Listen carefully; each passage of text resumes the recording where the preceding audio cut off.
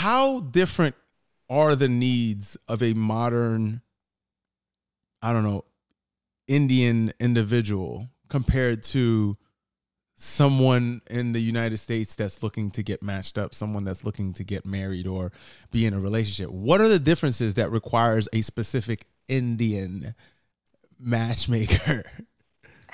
I think outside of the nuances of culture, such as like food, language, traditions, I think that there's nuances in the sense that maybe in this, I'm speaking generally, but the Indians in the US, we still hold on to that idea of wanting to have marriage or wanting to be in a committed relationship before starting a family. So all of those kind of quote unquote traditional values still, I think, are a little bit more motivating when it comes to the dating process for Indians versus the typical American person out there who's looking for a date. So you're saying that Indians within the culture have more intention in how they pursue courtship, right? Yeah, I say marriage minded in the sense that, yeah, we're not going to get married to the next person we meet. But the idea is if the dating, we're dating, the first 2 or 3 conversations go well, then the heavy stuff's going to come out. Whereas in like a normal relationship, I say normal being like a modern American relationship, you might date for a year or 2 before you have those heavy conversations because you just want to see where it goes. You're not necessarily saying that this has to end in marriage. So then that's like the fundamental difference I see. That is evolving, right? There's so many more of my generation that are coming out there. Like, I still want to date around. I still want to see kind of what's out there and figure out if marriage is my goal. Yeah. Wait, so you're saying for an Indian like courtship process, like they'll have like a first date and then the serious conversation starts of like, okay, when is the wedding? How serious are we talking about? Like, probably not that serious, but things like, do you see yourself settling down the next 2 to 3, or like whatever your time frame is, right? Do you want to have children? I think that the Indian people in America are also very, they're transient. So we might meet because we both live in New York City, but I might want to settle back in Michigan where I grew up, or I want to raise my family there. So having those kind of serious conversations about what the future looks like, I think comes up much sooner when it comes to Indian dating. You know what that sounds like to me? That sounds like the average 40-year-old dating, right? Yeah. So like these Indians who are seeking partners are how old approximately? Oh, if you ask the parents, I get people calling me as young as like 19. Oh, yeah. Damn. That's a little much. And I politely tell them, no, you need to go live your life and then come back. But our average range, and when I look at our numbers, are like in the mid to upper 30s. Really? Because I think that people are trying to do it on their own. They're trying to live their life, advance their careers. And then you've got the nuances of, well, I really want to be serious. I'm not finding the serious people in the avenues that I'm using. What's the next step? Oh, let me hire a matchmaker. Then I know they're serious.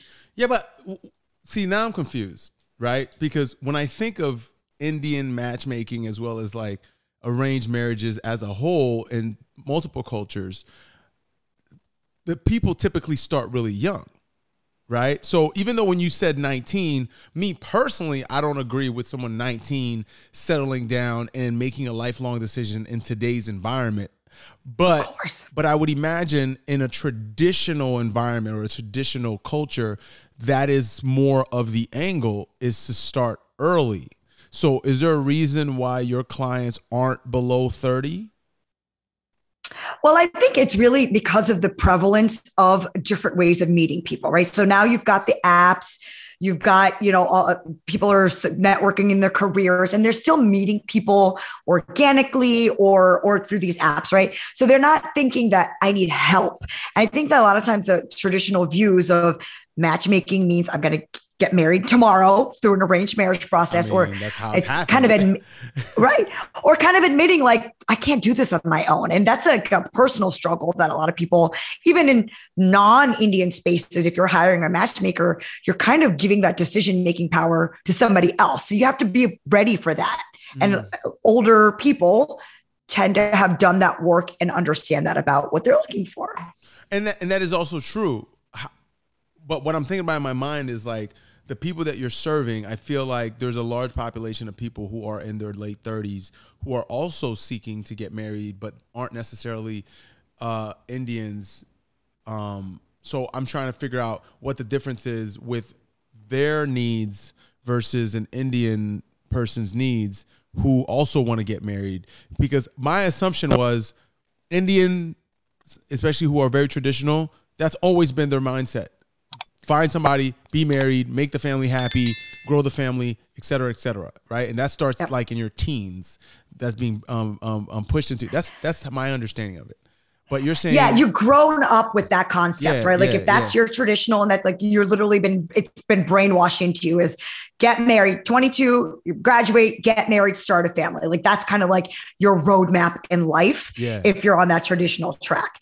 But I think the beauty of being in America now and like emigrating and blending the modern culture with our traditional culture is that we're able to push back and be like, no, I think I want to go to get my master's degree, or no, I think I want to work my way up. And so you've got the traditional families who are like, nope, we're going to get you married at 22, but they're the ones who have already kind of found a match, if you will, or have already been talking. Their parents have already been working on it behind the scenes. They're not the ones who are approaching me proactively for themselves. Okay. So those are the ones who were dragging their feet too long. And now they're like, all right, I need some help here. Right.